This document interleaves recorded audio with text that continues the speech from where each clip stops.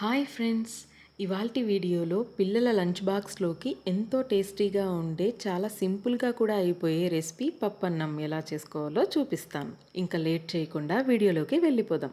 ముందుగా ఈ రెసిపీ కోసం ఈ గ్లాస్తో ఒక గ్లాస్ రైస్, హాఫ్ గ్లాస్ కందిపప్పు వేసి బాగా 2-3 సార్లు వాష్ చేసుకొని ఒక 20 నిమిషాల పాటు నానబెట్టి పెట్టుకోవాలి. ఇప్పుడు మనం కుక్కర్ తీసుకొని ఆయిల్ వేసుకున్నాక ఒక స్పూన్ పోపు దినుసులు, 2 ఎండుమిర్చి, ఒక 5-6 వెల్లుల్లిపాయలు లైట్గా దంచుకొని వేసుకోవాలి.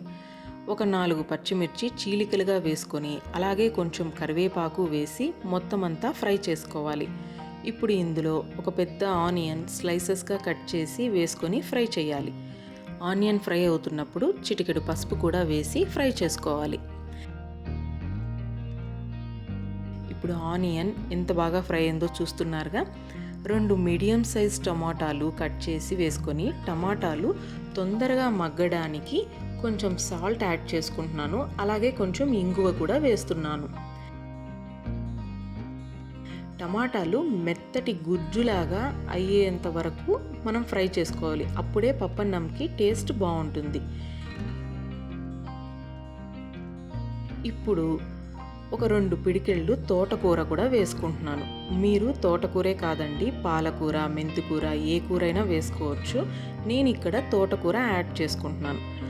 ఆకు బాగా ఫ్రై అయ్యి వాటర్ వస్తున్న టైంలో కొంచెం కారం, కొంచెం ధనియాల పొడి వేసి బాగా కలుపుకోవాలి.